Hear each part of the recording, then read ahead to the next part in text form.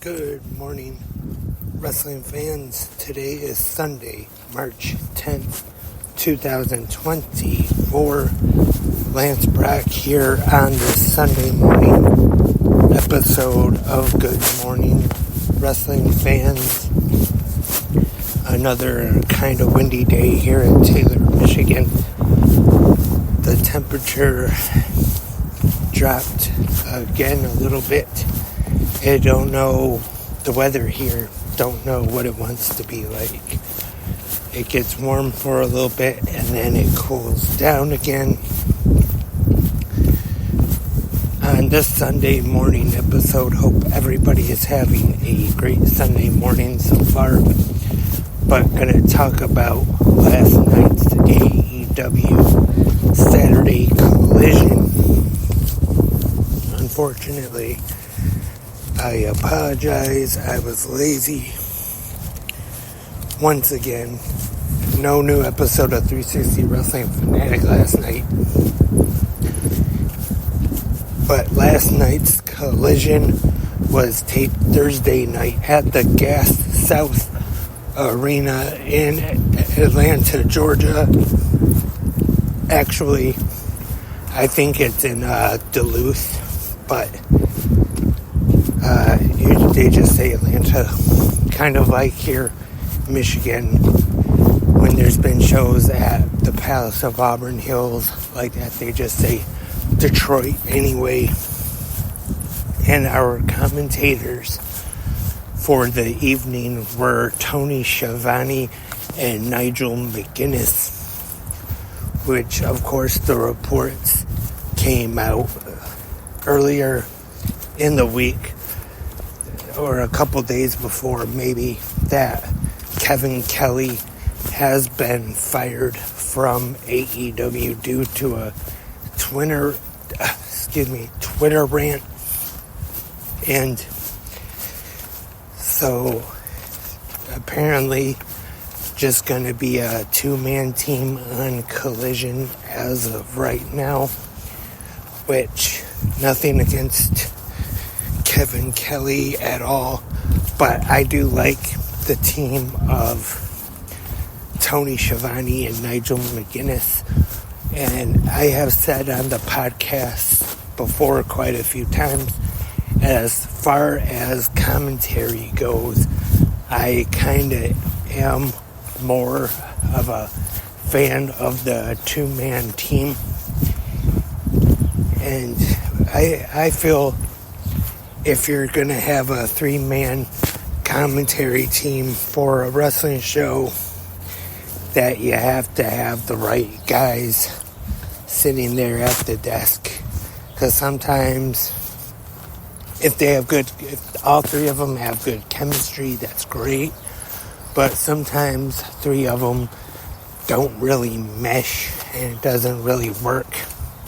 Or at least in my opinion. And sometimes they've even had 4 commentators at once, and in my opinion that is just definitely too much out there.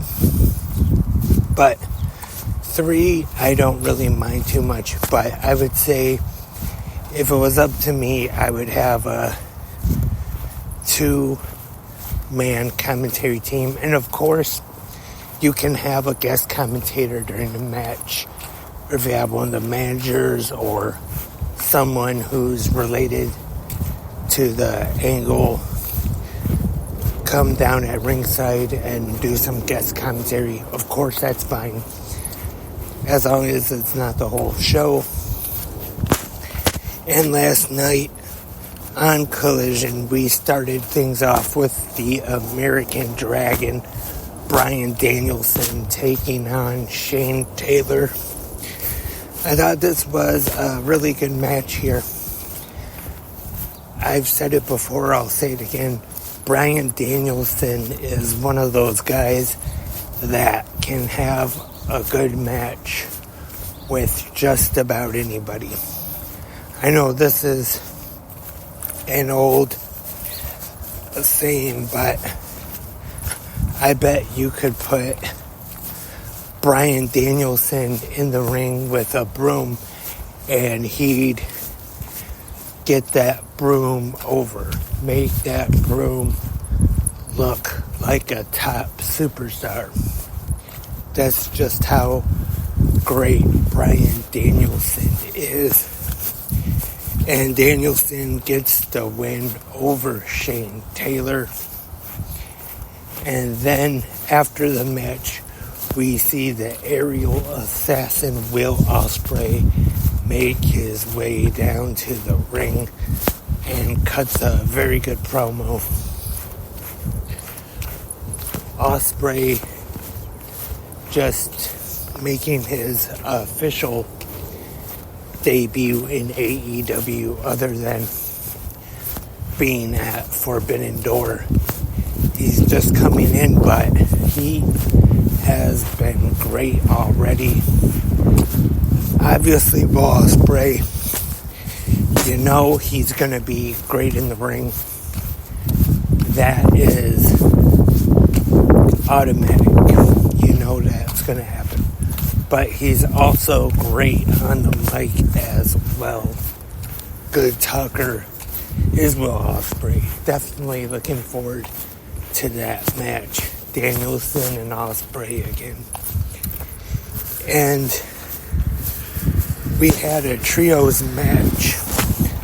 The new Elite, the Young Bucks, Matthew and Nicholas Jackson, teaming with the newest member of the Elite, Kazuchika Okada. And they defeat Adrian Alanis, John Cruz, and Liam Gray. Of course, 2 minutes, 2 seconds. This was just a squash match, which I expected. I didn't expect them to be facing any really top tier opponents, but really good match though.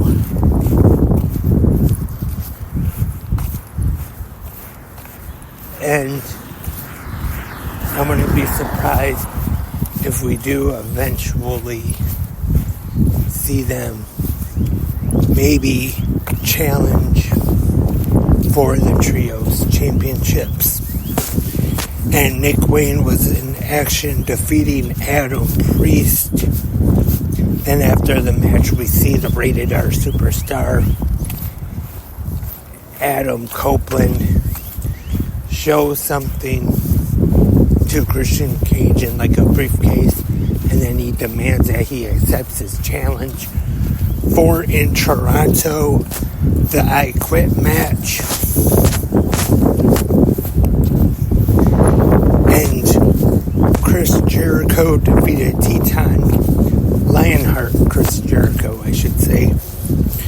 Also, Mystico defeated Angelico. I always pronounced it Angelico before, but lately they've been saying Angelico on commentary, so I'm just going to go ahead and say Angelico too. I hope you can hear me over the wind. It's a little windy out here on the walk to work this morning. The House of Black. And it's main event time now. Sorry about that. We have a street fight. An Atlanta street fight, by the way. The House of Black defeat the team of Mark Briscoe, Jay Lethal, and Jeff Jarrett, which we saw Mark Briscoe go through a flaming table, which was no surprise, to be honest. After last week, Mark Briscoe setting off the pyro, the flames going off. It was you could kind of tell that they were gonna probably end up using fire in this match somehow.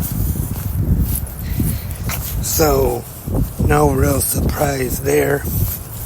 That was last night's episode of AEW Saturday Collision. I thought it was a pretty good episode. Had some good matches on the card tonight, or last night. And good main event, I thought. And like I said, Tony Schiavone and Nigel McGuinness were good on commentary together.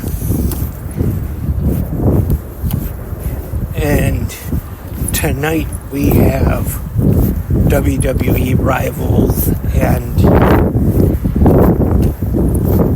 Biography WWE Legends, which for some reason, I can't remember what the Rivals episode is tonight. I don't remember. I'll have to check that out. But the biography I know is Scott Hall, aka Razor Ramon. I do know that. And that's tonight. And I hope to talk about both of those shows tomorrow morning. Monday's episode of Good Morning Wrestling Fans. But until then, hope everyone enjoys Biography and Rivals tonight. And until tomorrow morning, have a great pro wrestling day.